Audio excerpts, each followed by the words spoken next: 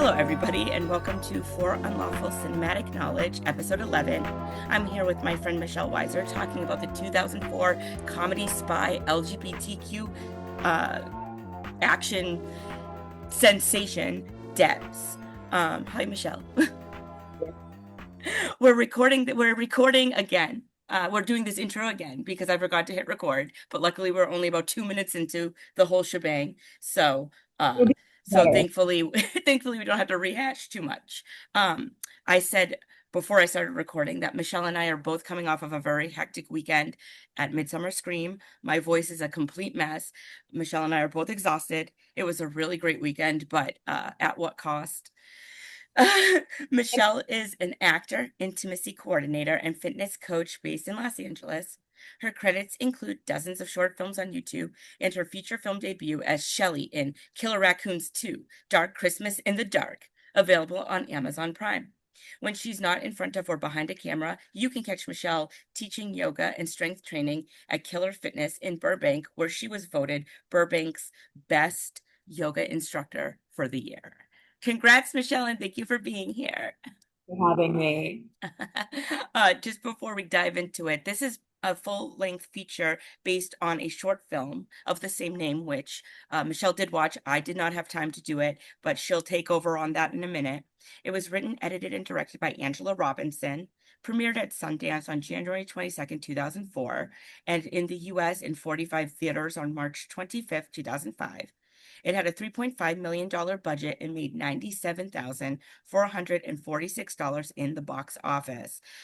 It has since been reappraised as a queer icon of a movie and a cult classic. I think it's a fantastic movie, and I love how gay it is. So, why don't you tell us how you are the one who picked this movie, so why don't you tell us why you picked it and like how you discovered it, etc. Yeah. So my husband and I host uh secret screenings, and we're totally biting off of the new Bev secret screenings where they show six films and you don't know what any of them are. And we did one of them this spring. And the idea was that we would both pick an action, comedy, and a wild card. And I picked Barbed Wire, Yes. this, and something else. It's escaping me now, but I wanted to, oh, and Loaded Weapon 1. So I Oh just my went God, that movie rules. action comedies. But I always try to show really I was looking for a female-centric action comedy, and this came up, and I had seen the trailer years ago and it piqued my interest. And then I screened it. We have a rule where we always screen things before we show them to friends, just to make sure that there's nothing super triggering or, that we actually like the film Right. and want to show it to people. Um, and I watched it and I loved it. I am a queer person and this film really spoke to me. I am also a 90s baby, which means that culturally I grew up in the 2000s and this Right. is a very 2000s movie. It is baked into the production design, the costume design, the dialogue, the acting. It's truly a time capsule and I just fell in love with it and I wanted to show it to my friends. It's so good. I'm also a queer woman, and it's funny because we're both queer women, like married to men. So I think that there's a certain sense of like erasure sometimes, but it's like, no, no, no, I'm still gay. I promise. But I loved this too because 2004, so this was the year my son was born. So like this escaped me, I think. I mean, obviously it didn't have like a huge run or anything, but it just escaped me like culturally because I was sort of busy being a mom at that time, a young mom. Um, and I loved every fucking second of this movie. I thought even the most ham-fisted stuff about it was like very much by design, and it's just so fun. I absolutely loved it. I will be watching the short when I get a moment, probably tonight. The cast before we get super into it, we have Sarah Foster as Amy Bradshaw and Jordana Brewster as Lucy Diamond, and those are like the two leads. We have Megan Good as Max, Devin Aoki as Dominique, Jill Ritchie as Janet, Jeff Stultz as Bobby, Jimmy Simpson as Scud. I'm a huge Jimmy Simpson fan, so I was very happy to see him. Holland Taylor as Miss Petrie, the late Michael Clark Duncan as Mr. Phipps, Jessica Caulfield as Ninochka Kaprova, and Christina Kirk as Madeline. Um, it says here that Jill Ritchie, who played Janet, was the only cast member from the short film to reprise her role. Do you want to talk about the short before we get into the actual movie? Yes, let's Okay. talk. That's from 2003. The short is written, directed, and edited by Angela Robinson. There is a title card at the beginning that says, "This film is for people who like to watch chicks shoot guns and make out." Oh God. That rules. Hell yeah. It starts with the garbage song Parade from used in the feature film. So when do you, I mean, who's their music supervisor? I want to know. The Like, full length has the best soundtrack too, so I was thinking the same thing. it really does. So I thought that was cool that the same song from the short was used in the feature. And there's even like kind of a little title to it. I think it was called like The One That Got Away. And one of the things that I love about this movie, and my friends remarked on this too, is that it feels like a TV show. It's shot like a TV show. It's edited like a TV show. And this short very much feels episodic. And I wonder, if I were to ask her something in a Q&A, I would definitely ask her, was that your intention for this to be a feature film or a TV series? There is way more skin showing, and the tone is more overtly sexual. So there's an actual sex scene in the short. Uh, the woman who plays Lucy Diamond is the big bad from season 5 of Buffy. The blonde woman who plays like I forget her name, but she's like that creature in the red dress who's like a force of nature and she kicks Buffy's ass all the time. Um, that's who plays Lucy Diamond, and it's more overtly sexual. It's a little bit more on the nose, but it's still very, very funny. There's this whole bit where Janet is asking um Max, if she borrowed her sweatshirt or something. Dominique is still like a French woman who's always smoking. So DNA of the feature is there. It feels a little more risky. It feels a little bit more like a short film that someone would make. I love that. I do love the very French Dominique. I think she's very funny. Like the Debs. Yeah. Okay. So let's talk about the movie itself, and we're just gonna go scene by scene like we always do, but it starts with this like voiceover that's like, in the SATs, there is a secret test that determines whether or not you can become a deb. Like it's like very like dragnet, and I think that's very funny. This is how they recruit their debs, which stands for discipline, energy, beauty, and strength. They're basically just like the CIA in skirts. So young girls. Um, we we start the movie with the team, Dominique, Janet, Max, and Amy being woken up by like a telecom by Mr. Phipps. That's Michael Clark Duncan. They're all sleeping. Max is clearly like the leader. She's waking everyone up. I loved this whole scene because I feel like they did a great job of introducing us to who these people are just by waking them up. So Max is clearly the leader because she's the one who's up and she's like, I'm gonna get everybody up. Dominique has a boy in her room, and Max like, you're not supposed to have guys up here. So we already know that she's sort of like edgy. Janet, her whole room is pink, and she's like, I can't find my gun. So we know she's kind of like a ditzy, like girly girl. Amy is breaking up with her boyfriend. So we understand that she is like unhappy with her relationship and wants something more out of love. And they drive to the headquarters in their convertible bug. which is like, remember when bugs were everywhere? I do. And they had the little holder for the fake flower in the middle. Like, But they had the engine in the front instead of the back, which was probably a better design. Um, Very famously, I have a very weird uncle, and my grandmother used to have a bug, like in the 60s.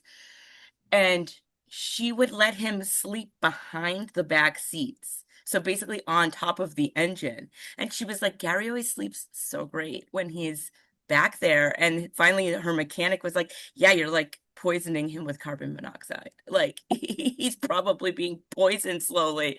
Uh, which explains a lot about my Uncle Gary, to be honest with you. So anyway, what a story. I think about it every time I see a bug. So anyway, uh, Amy, so she's like, I broke up with Bobby. I want to be in love. I'm not in love with Bobby. Like, and they're just like, okay, whatever. So, And Bobby sucks, by the way. He is controlling, he's needy. He just is a bad dude. oh, he sucks. He sucks. He's just your very typical like young adult boyfriend where it's like, ugh, like we've all had like 10 of them. And of course, Um, for the Department of Homeland Security. right. I was just like, that fucking tracks, dude. Um, so they're at this like school, it's like a headquarters slash school, and they're in the cafeteria. We have this great bit where Michael Clark Duncan is there, and Miss Petrie is joining them for this like breakfast, and they're basically teleporting in. Like they're like not even teleporting, they're like a Hologram. hologram. Yeah, they're hologram in. And there's this great bit where Miss Petrie is like, okay, like Lucy Diamond, she's the criminal mastermind. She like she was like her family was like the syndicate and they're all dead and now she's like the head of it and she's just like an international like thievery and smuggling like anything, right? But while they're talking about this, the like lunch lady brings them all their food. Like cheeseburger for you, fucking ham and Swiss for you, whatever. Right. So this is where we get like all this Lucy Diamond information. That's Jordana Brewster. Um, and we get this like weird backstory about there being like a back and forth between them and the Reynolds family, and like she won out, and that doesn't really ever come back up. But uh, basically, they're going to do some spying on her, and they're going to try to bring her in. So this is where we get all this information about Lucy Diamond, and she's protected by Scud, and he's played by Jimmy Simpson, and he's awesome. And they say she tried to sink Australia in 1999, which is hilarious. And it comes back eventually. I love her beef with Australia. There is a moment later where we're in her lair where she has a red X on Australia on her globe. It's the little jokes like that that make this comedy really rewarding to watch. Yeah. There's one towards the end that I'm going to talk about that I like. I was like, this is just so fucking genius. Like these dumb little things. After 2003, she went underground, and her whole lore is that no one has ever fought her and lived. Will that come back? Probably. They realize that she's there in town to meet. I'm going to say it wrong. Ninochka Kaprova, an ex-KGB who's now a freelance assassin. And so from there we go to Is a stakeout at a restaurant. yes. But we do have this moment with this evil layer, and there's like a sign that says a good Deb is a dead Deb. I noted that too. Mm. So they're going to the restaurant Les Deux Amours. And this is where we have this like kind of backstory about Lucy. Do you want to take over for this one? Yes. So there's a really fun juxtaposition here where we think that they're setting up to talk about spycraft, and Jimmy Simpson's introducing this Danochka, and actually it turns out that it's a blind date. And through this conversation between Scud and Lucy, we see that she's actually quite neurotic.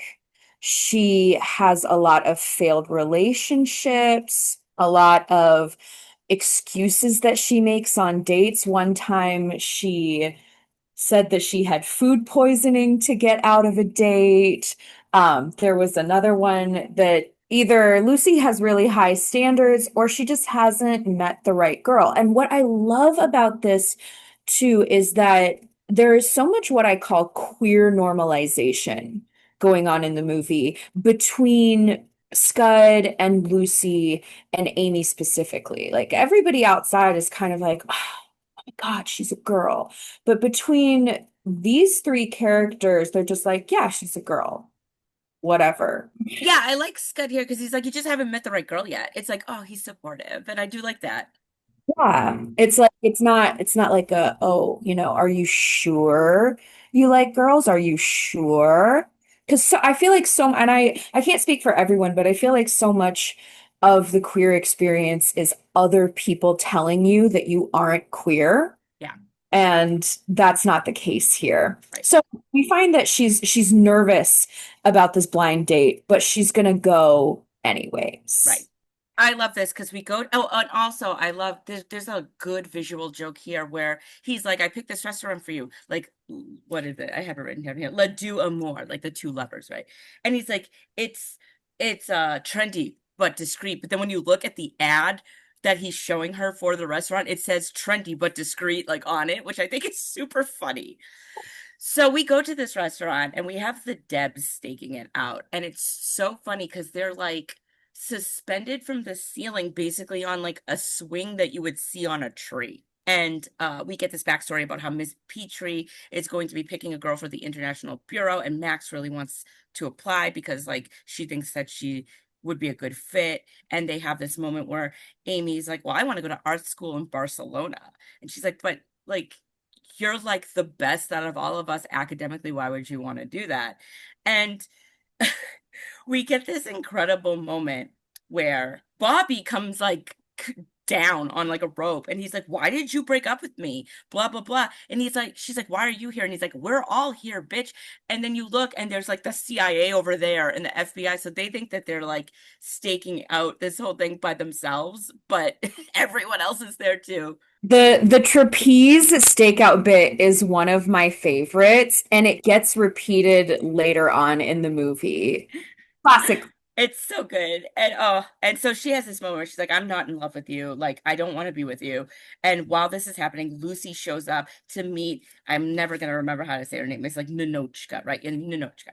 And there's this awesome bit where Janet's like, oh, I have that sweater too, but it's in taupe. I got it at Target. They have teal too. Like it's super funny. Um and we have this moment where, we kind of peek in on this blind date and like Lucy has wine but Minochka has vodka and she's like, so you're an assassin? And she's like, yeah, but like what I really want to be is a dancer. And Lucy starts this whole like, I feel sick. Her usual bit. Mhm. It's her food poisoning bit.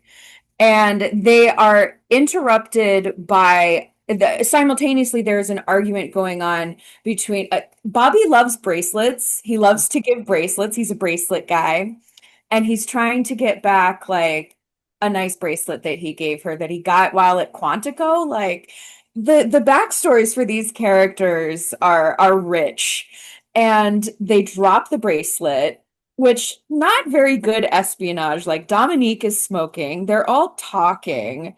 They're, 200 feet above their stakeout subjects, and they drop the bracelet into Lucy's soup, ensuing like a John Woo level gunfight.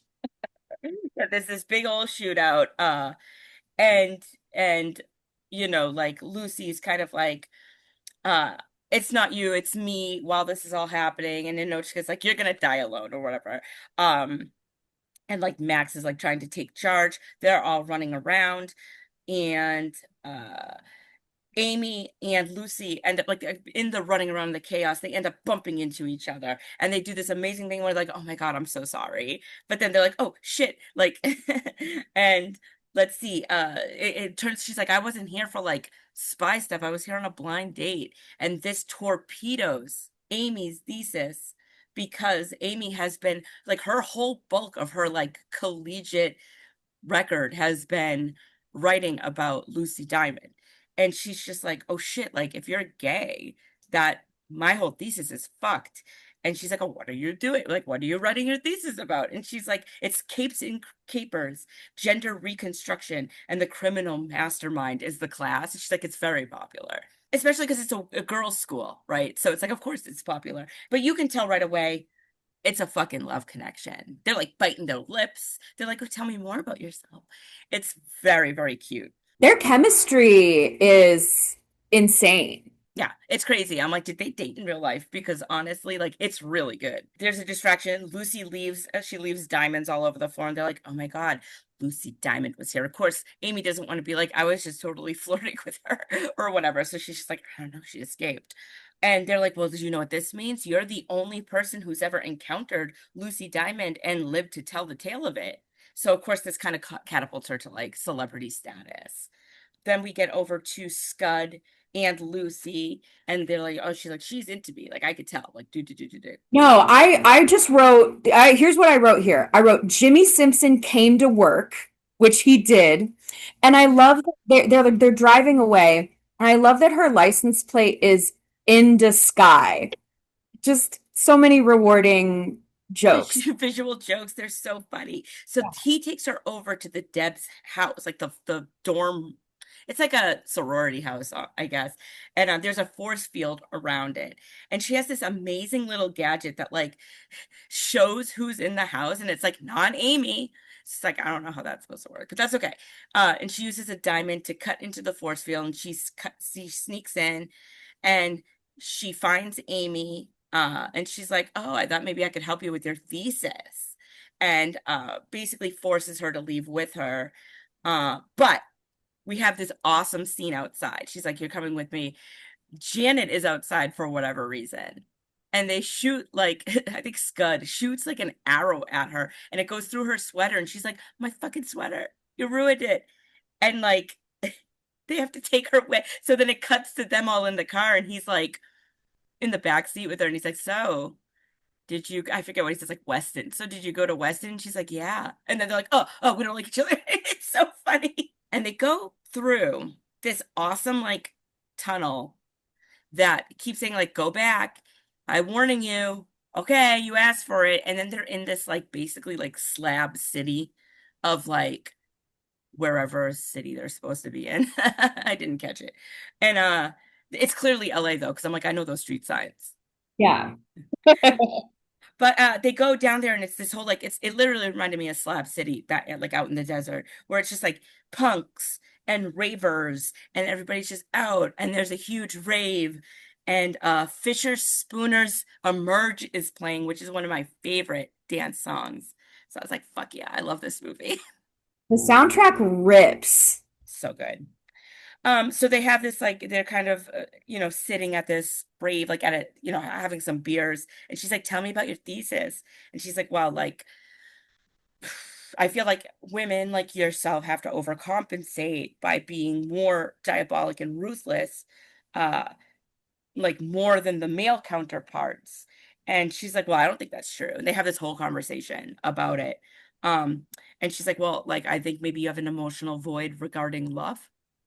And she's like, no, I just like want more out of life. So, This is a really great conversation because it it answers kind of that audience question of like, well, how in the world could she get past her own convictions as a spy? Like this woman has killed people, but it answers that question where she's like, oh, well, these agents that died in Africa, they died of Ebola.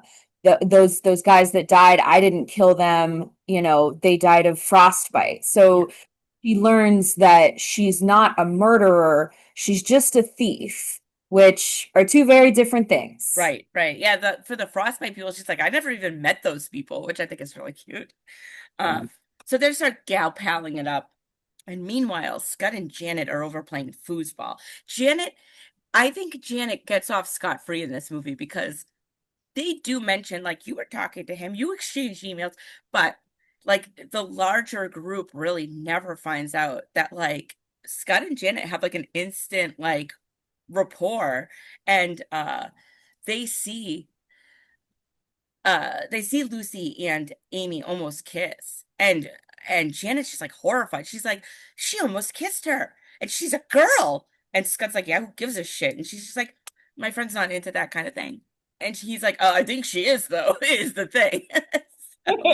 And then so we have this amazing thing where it cuts away from them and back to our Lucy and our Amy, and they're just like snuggling it up, and she kisses her, and or does she almost kiss her? I don't remember, Almost kisses her. but Scud and Janet are there, and Scud goes, "You owe me $50," because clearly he was like, "Well, I bet you she is fucking indoors, so let's go over there and find out."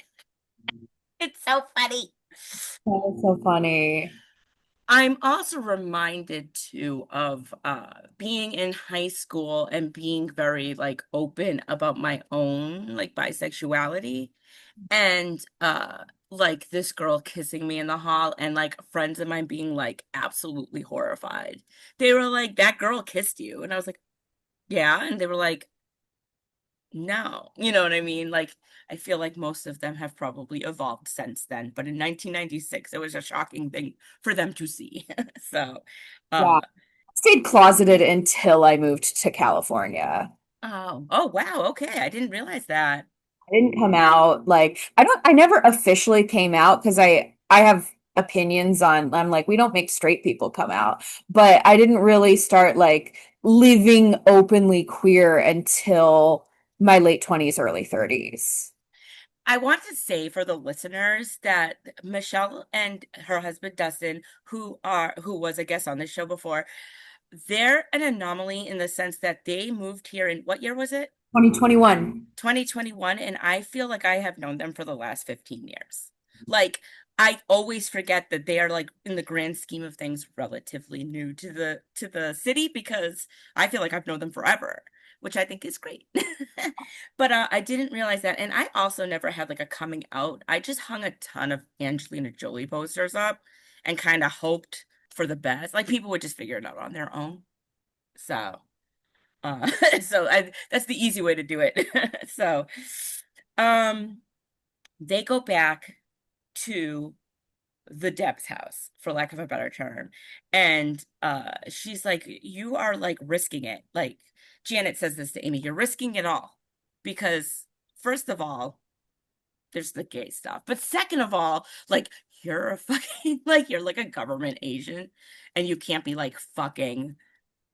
An international criminal. Like that's just a bad thing. And she's like, well, no, no, no, though, because I saw you literally exchanged emails with Scott. So you're not in the clear here. So they basically kind of like begrudgingly agreed to like cover for each other. They run into Max, who's like, where have you been? And she's like, oh, I was just really upset about my breakup with Bobby. So I just wanted to clear my head. And she came with me. And Max is like, oh, I forgot about that. Feel better. Uh, so from here we go to it's the next school day, and all everyone's like, did you really fight Lucy Diamond? Did you really cut off her hand? And she's like, she very much has both hands, which I thought was uh and here Janet calls her a gay slut. Yeah.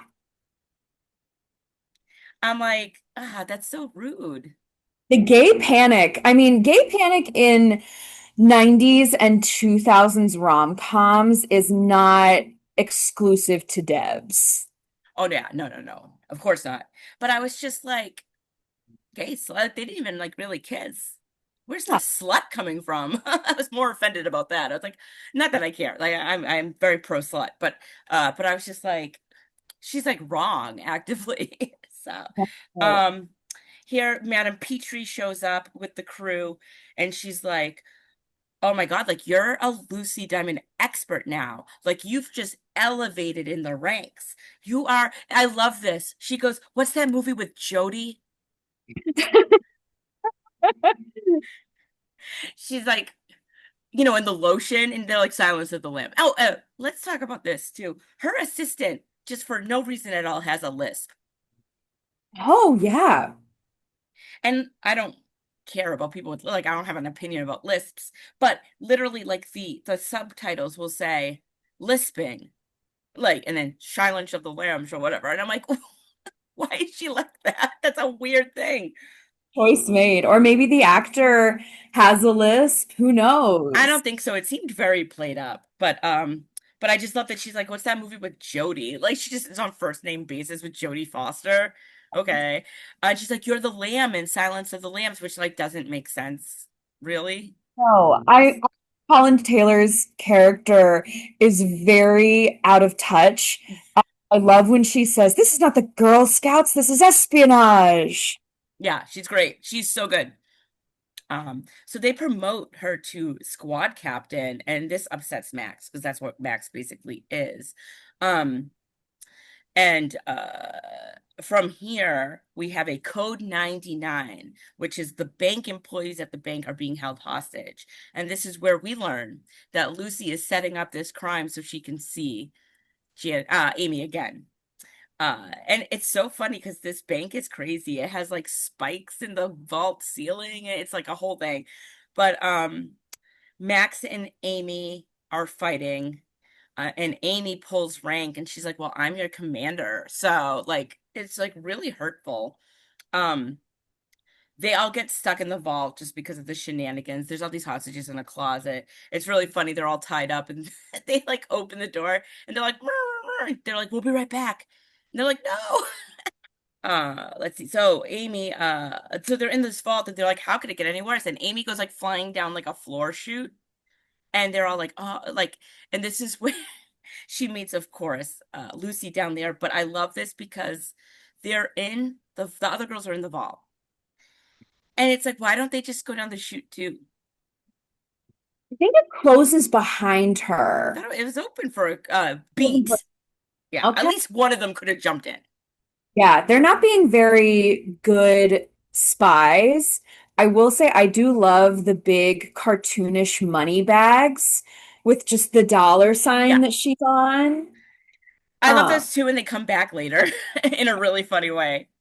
Really do. And they end up having this conversation about there's always these parallel conversations about the state of the espionage situation and the state of their relationship. And I wrote down in my notes, queer bingo, I misinterpreted the situation. And Amy is lying to herself at this point. She tries to make it seem like she doesn't have feelings for Lucy, and she says, I like you, but I don't like you, which I think for a queer comedy, this was really validating because another part of the queer experience is are those moments where you're like, are we friends? Do I like you? What's going on here?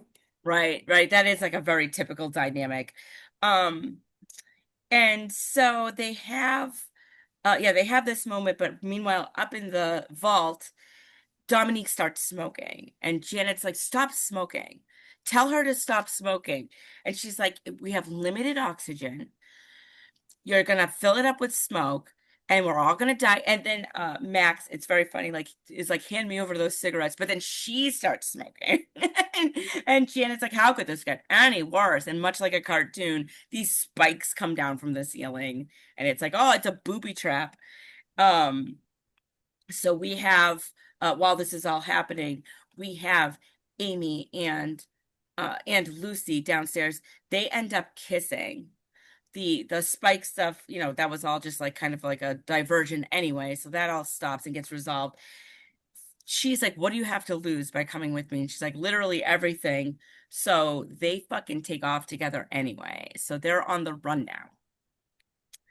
This is where we have this montage. There's like a search party. It's like, oh, she's been kidnapped by this assassin.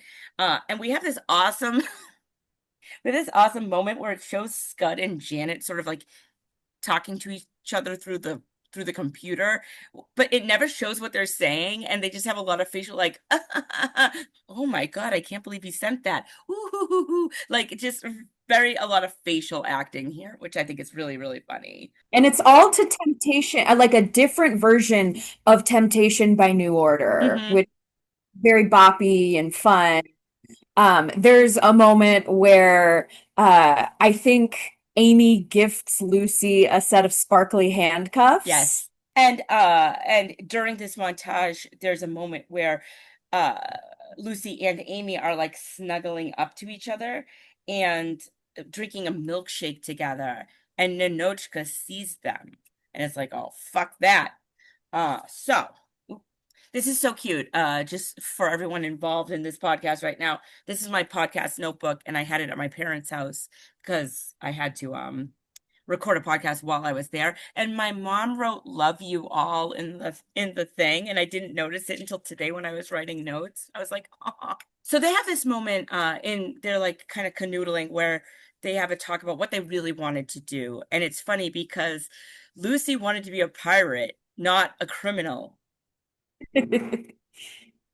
And Amy's like, pirates are criminals, though, is the thing. And she's like, well, I wanted to go to art school. And then she was like, I feel, and then they had this nice little moment where she says that she feels like herself when she's with Lucy, even more than she feels like she's even more than, wait, how do I say this? Okay, she feels more like herself when she's with Lucy, even more than when she's with herself. Yes. It's really sweet. I wrote that line down too. Um, I I feel more like me when I'm with you than when I'm with me. Like, damn. Okay. And I think that's a really nice way to like set up like what it's like to be like in love with somebody. Like when you really have a connection with someone, they make you feel like an elevated version of yourself. And I think that that's really sweet. Totally. And I love too Lucy's line when they're talking because she asks Amy about having the perfect score and what does that actually mean? And Amy says that she doesn't actually know. She just knows that it measures the SAT actually measures your aptitude to be a Deb. And to that, Lucy says, it's weird that you let this test decide what you're going to be. And I think that that's a nice metaphor for, doing what you want in life, but also for queerness too. Like, I don't think there's a test, but, just the binary of gay, straight, boy, girl. Like, it's weird that you let these rules decide who you are and what you're going to do. I do agree with you there, but I also think that there's a really interesting thing to be said about how academics are measured too. Like, I don't know if you grew up with academic testing, but in Massachusetts we did, and I was the last class to not have to do the MCAS, which is like the standardized testing that happens like between first grade and 12th grade. It happens like a few times, and it's like you have to be able to pass it. And like, I did do all like the little filling in the circles. I forget what they were called, but it's like, oh, you scored so well on that. And it's like, well, what does that mean though? That I can regurgitate information. When my son was growing up, I was like, I don't care how you do on those. Like, I know you're smart, and I know that you're like academically sound in certain areas. Like, you don't need a test to be like you're good enough. You know what I mean? Like, I just think I'm so against them, and I just think it's funny to be like, oh, I everyone says I'm the perfect score. Like, that's what they literally call her. Like, oh, it's our perfect score. But it's like, but what does that mean? It doesn't mean anything, really. What does that say about me as a person? Just metrics. Yeah, yeah, exactly. Um, so from here we go back to the dorm room, and Max's phone is ringing, and it's Ninochka ratting them out. She's like, I saw them together. They were kissing face and drinking shakes. Uh, and so we have this sort of moment where uh it goes back to like the hideout here, and Scud's literally playing bingo with like the criminals. He's like, I'm so good at bingo. And the Debs are sort of like breaching the hideout and fucking walk in on Lucy and Amy, like full on nude in bed.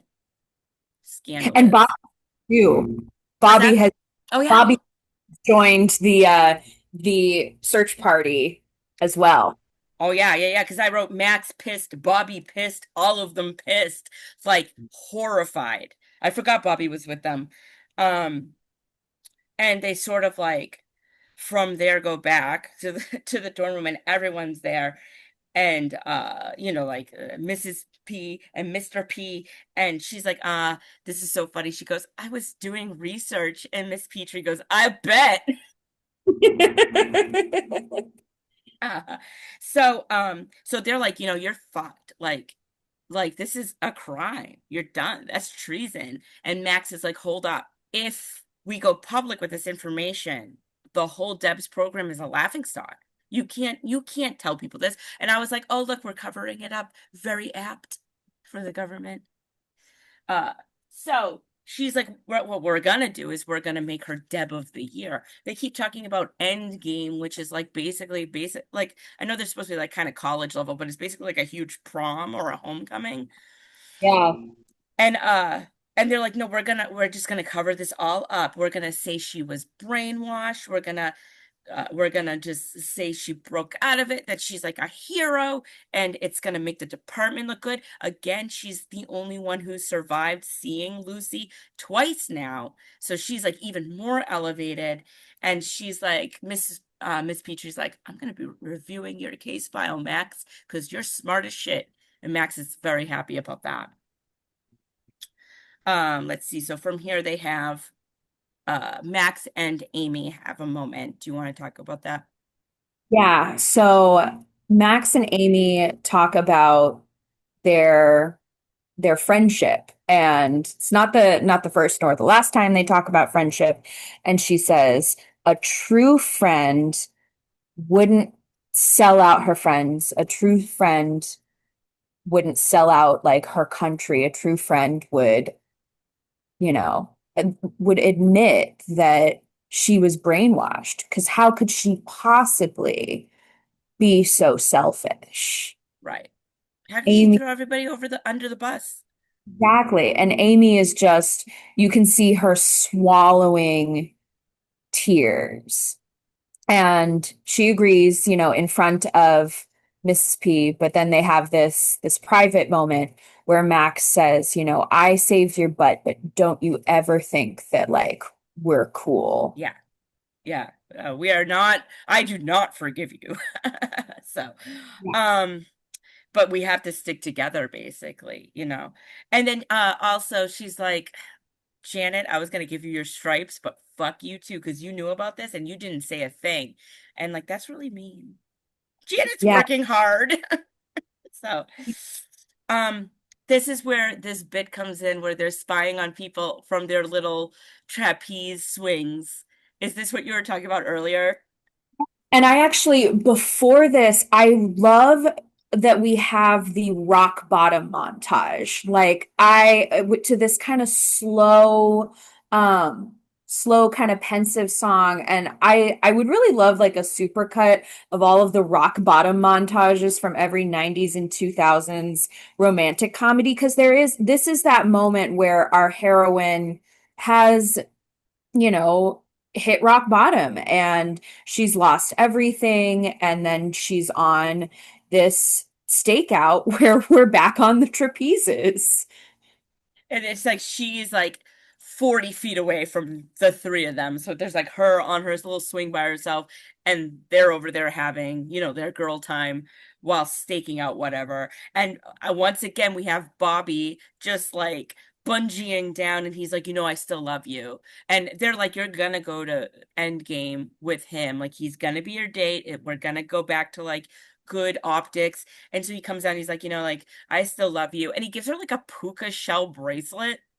So 2004, Oh, absolutely. I think I probably had one of those, to be honest with you. Um, and baby, wait, say that again. son, baby. And we have this awful line from him where he's like, oh, I think that whole Leslie thing was kind of hot. I don't love that. Yeah, it hits like a brick even in 2026, because it's that whole thing of like, well, if you're doing this, it must be for the male gaze. Right, right, right, right. And just saying Leslie, just kind of like, I didn't love that. But honestly, though, even now, Like I would want to say like, oh, that's a very 2004 thing to say, but even now, I feel like that kind of guy would still use that language. Oh, that Leslie thing was hot. So what are you gonna Yeah. do? Um, so we have Lucy in the room, and I wrote Lucy in room, hit alarm, and escapes. Uh, Oh, yeah. Okay. So Lucy comes in through her window. That's what it is. And she's like, come on, man, let's do this. Let's go. And she's like, I fucking, no, get out. And it's so sad because you could tell she's like sad to say it, but she's like, no, you have to leave. And she's like, oh, come on. Like, don't let them tell you what to do. And she hits the alarm to like tell everybody she's there. And like, Lucy looks so hurt by it. She's like, oh. And then she very comically jumps out the window, like feet in the window frame still, and then shoots the gilded handcuffs back into the room with an arrow right in front of Janet, who is absolutely scandalized by them. The jokes are so much more subtle in this one than in the short, and that's one of the things that I find really refreshing about it. I love it. And this is where we cut to her like, fuck this, I'm gonna blow up Australia. Yes. She's so mad, and Scud is trying to kind of talk her down, and he's like, why do you want to blow up Australia? And she's like, because I don't like their faces, or like she says something like very quippy like that. uh He says, I don't like their attitude. so funny. um But he's like, look, like clearly you have feelings for her, and clearly like she has feelings for you, but like something's gotta give. So she's like, I know exactly what I'm gonna do. And she gives up her life of crime. So there's this amazing montage where she's like, news clips where it's like Lucy Diamond speaks out and blah blah blah. But this is where those dollar sign bags come back in because they put them back into a truck and what I assume, bring them to the bank and leave them in front of the bank with a sign that says, sorry. It's just like this pile of money. Sorry. The world's largest safety pin. It's so funny. It's such a good gag. Uh so we go from that to getting ready for Endgame, and Amy is in her room, and Mr. P kind of teleports himself in, and he has a talk with her, and he's like, like when you're in this line of work, like love is not really a feasible thing. Like you just can't make room for another person because you're married to the job. And then she has this good moment where she's like, okay, well, you keep saying I scored like a perfect score on this test, the secret test, but what does that mean? What does it really show? And he's like, it shows that you're a perfect liar. Talk to me about what you feel about this scene because I want to see if I have the same thought about it as you. I wrote you are a perfect liar down as well. Synergy. So I think that it's a moment of realization for her that she has been lying to herself. Okay, that's what I got too. Yeah. I wanted to Yeah. make sure because I was like, well, she doesn't lie much really, but like really her only lies are surrounded by this Lucy person where she's either trying to talk herself out of it or she's lying to her friends about it, or obviously she went on the run and she's lying to the public about it, like, oh, I got kidnapped or whatever. So yeah, I figured as much, but I was also like, okay, it's a little weird way to plop that down, but it is a good scene that cuts to them all arriving for this end game, this like banquet. And she's with Bobby, who No. sucks. There should have been a band at this prom, but it wasn't a 90s movie. It was a 2000s movie. So we have spaghetti straps and we have a DJ. Right. Oh my God. I also clocked the spaghetti straps. I was like, these dresses are very much a sign of their time. Like, but you're right. If this were just a few years earlier, it would have been like the Donnas or something, like somebody. Like I know they were in, I think they were in Jawbreaker, but it would have been something like that. Um, God, imagine like the Lunatics. That would have been cool. Anyway, so we have Scud and Lucy breaking in, and they're breaking into this, like they've got schematics. Here's the fucking vents, this and that. People are here, because she's breaking in for love, right? And here Max apologizes to Amy, and Amy apologizes back. They're just like, like we are friends. We work together. We're basically sisters. Like we shouldn't let these things kind of come between us. Uh, the idea here is that Miss Petrie gives a speech, and then eventually Amy's going to give a speech, and she's going to give a speech about how she was like brainwashed, and how like she's getting this award for her bravery, and how she like beat the odds or whatever. Lucy's up in the vents. Bobby realizes she's up in the vents and starts shooting at her. She scatters some like diamonds to see what he'll do, and he's following her down and shooting at her. She falls through the roof, which is so funny. And there's this like super stoned guy there. And he's like, "Oh my fucking God."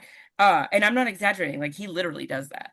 Um, and this is where I notice because Amy's making her speech, and this guy's like running in to tell the crowd, like, Lucy's here, that in the background, the marquee, the digital marquee that's going across, like near the ceiling says, "Congratulations, Bradshaw, comma, Amy."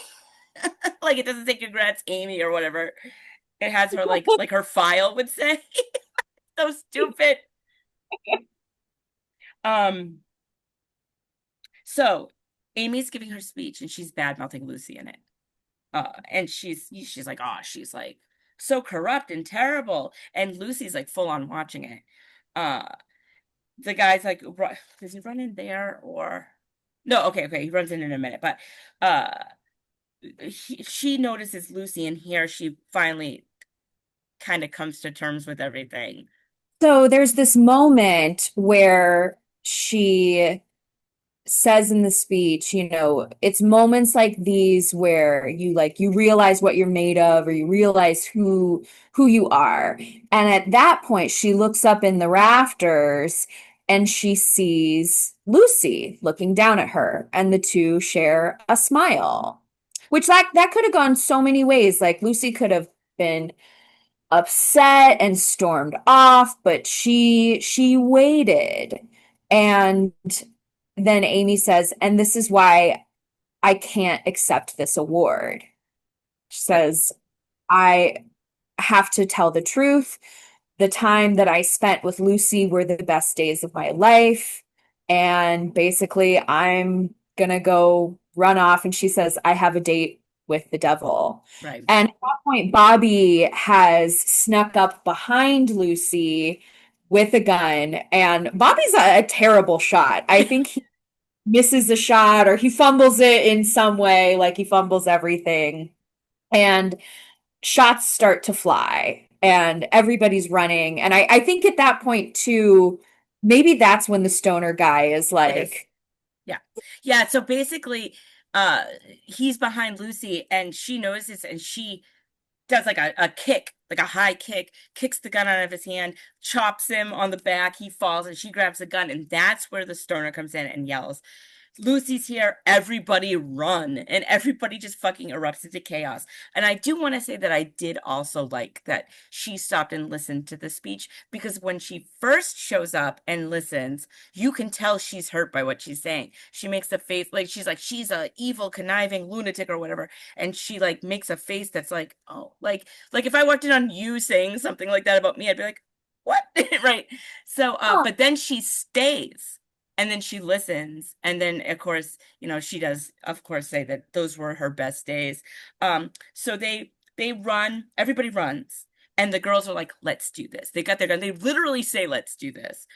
and they And do guns. When you go to a paramilitary academy, that's the only time you can bring your gun to prom. yeah, and they're like, okay, we're ready. Everyone's running, and of course I loved this. They're running around, and Lucy and Amy are running around trying to find each other in the chaos, and they end up in a room with a bunch of stacked boxes, like the basement or something, and they meet very much like they did at the beginning. They smash into each other and they start to talk, but nope, Amy full on starts kissing her. And it's like awesome. It's so, I was like, yeah. Scud comes up behind them. This is where like the Debs kind of find them. And then Scud comes up behind them and she's like, you're not helping. Just like stand back. And he's like, okay. And they have this moment where they're like, we're gonna let them go. We're friends. They're happy together. So they run off, like, let's say northeast, and all of like like Miss Petrie and Mr. Pete and all of the like other people are like, where'd they go? And they're like, they went southwest. And they're like, okay. So they don't find them, which is great. They misdirect everyone. Uh, then we have this moment where Max hands Janet her stripes, like there. She's like, my stripes. Okay. Um, and Scud and Janet have this little moment together. Like basically, like, can I call you sometime? Sure. Which is like, okay, this is just gonna all happen again. Scud's part of the criminal mastermind plots. Like, he's not a good friend. Like, I don't know, it's funny. Like, imagine a sequel where like you just have to do all this shit over again. But with Janet, Yeah.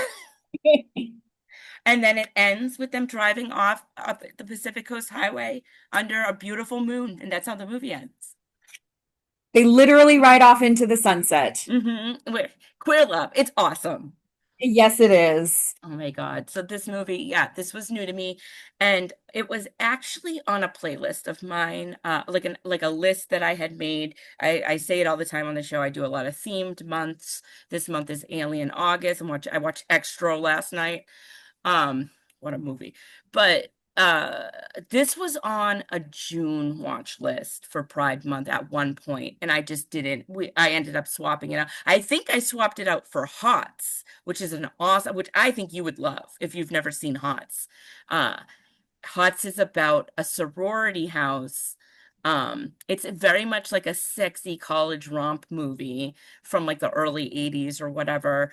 But it's interesting in the sense that their sorority is HOTS, right? No one knows what it means, this and that. But it's very much like a instead of like, oh, we need men, like, we're here with our fraternity counterparts to make everything work. It's like they do not need the men at all. They're just doing their own thing. I think you would love it, actually. It's very, very fun. It's like Animal House, but for girls. So, but I think I swapped Debs out for that, and that's why I never ended up watching it. And I don't remember it coming out like I don't remember this movie at all. So it was new to me and I fucking loved it. I loved it. Yeah. What was I doing in 2004? I was in eighth grade. So this would have passed me by at that moment, but it found me at the perfect moment at age 34 last year, turning 30. I need to make it to one of your screenings eventually. I will. I feel like it's always like on a day. I'm like, I can't do that, but I will eventually get to one. But yeah, I would have loved to see this with like a group of people for the first time. I think that would have been really, really fun. It was really, really fun. And we do kind of a rule at our screenings where we say like, it's not the new bev, we're not going to kick you out, but like we try to not be on our phones and we try to not do a lot of like living room crosstalk where it's like this could be the first time that a lot of people are seeing this movie. So we want people to actually be able to see the movie and not have it be like Mystery Science Theater Right. 3000. Yeah, there's a time and a place for that kind of a screening too. Like for me, if I have a lot of people over and I like throw on like I don't know, like elves or something. Like I don't care if somebody's talking over elves. I've seen it 9,000 times and it's stupid. So it's like you're not missing anything. This is a genuinely good movie.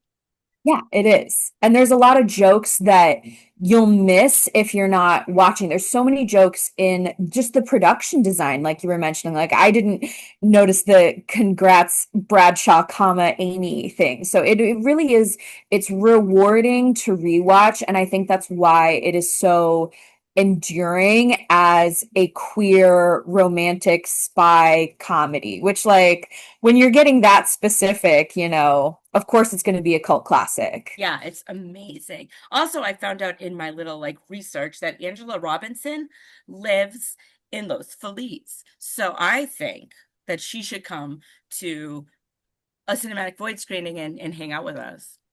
I think so too. Angela, come chat. I want to ask about whether this was intended to be a TV show or a feature. Right? And Come to Fred 62 with us.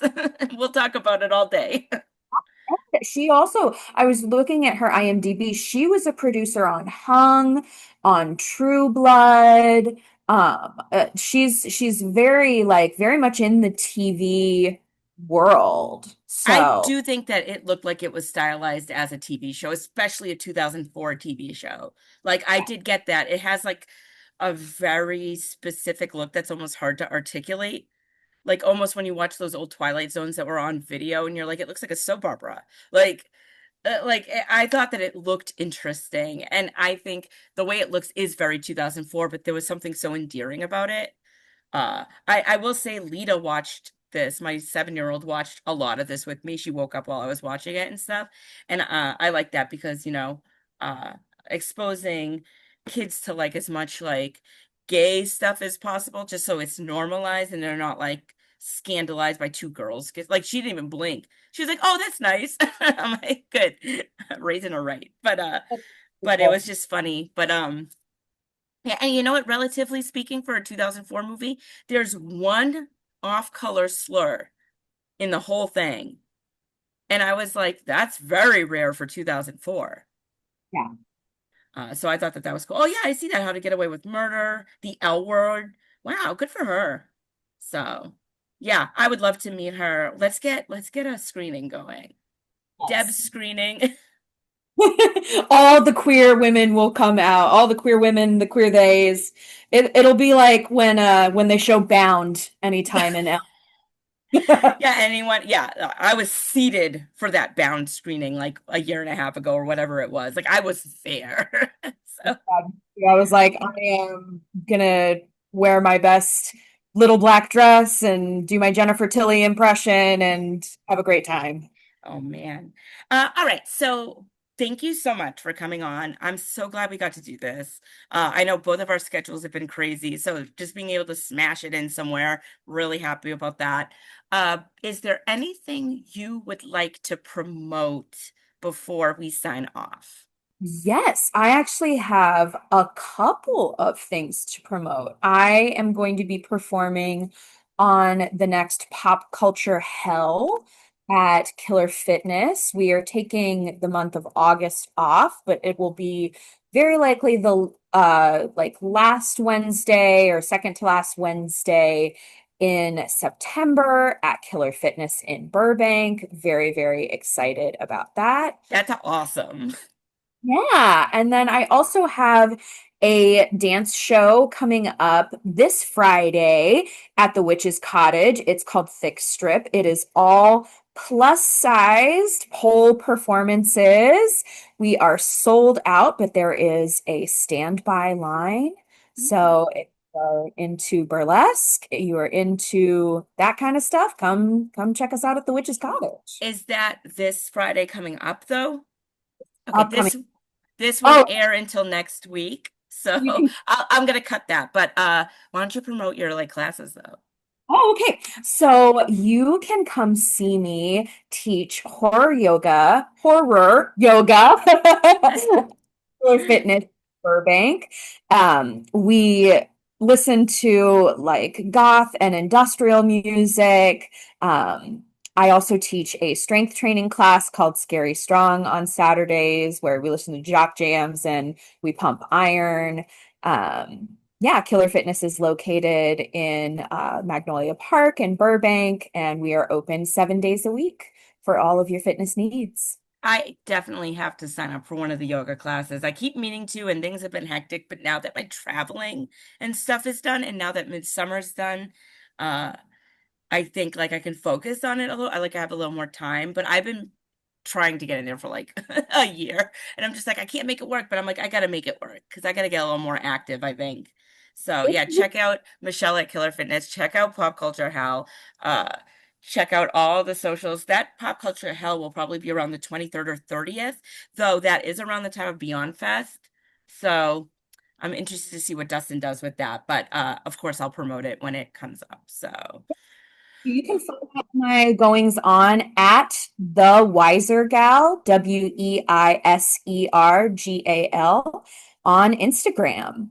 Awesome. Thank you again, Michelle. This was so fun. I'm so glad you picked this movie because who knows when I would have gotten to it. So I appreciate you so much. Thanks for having me. Glad to share a gem of queer cinema with you. And join us for the next Fuck Pod, where I will be speaking with Kate Hagen about the 1990s kids romp Camp Nowhere, starring Christopher Lloyd, a movie that was very much close to my heart because my brother and I went to see it in the theater one summer.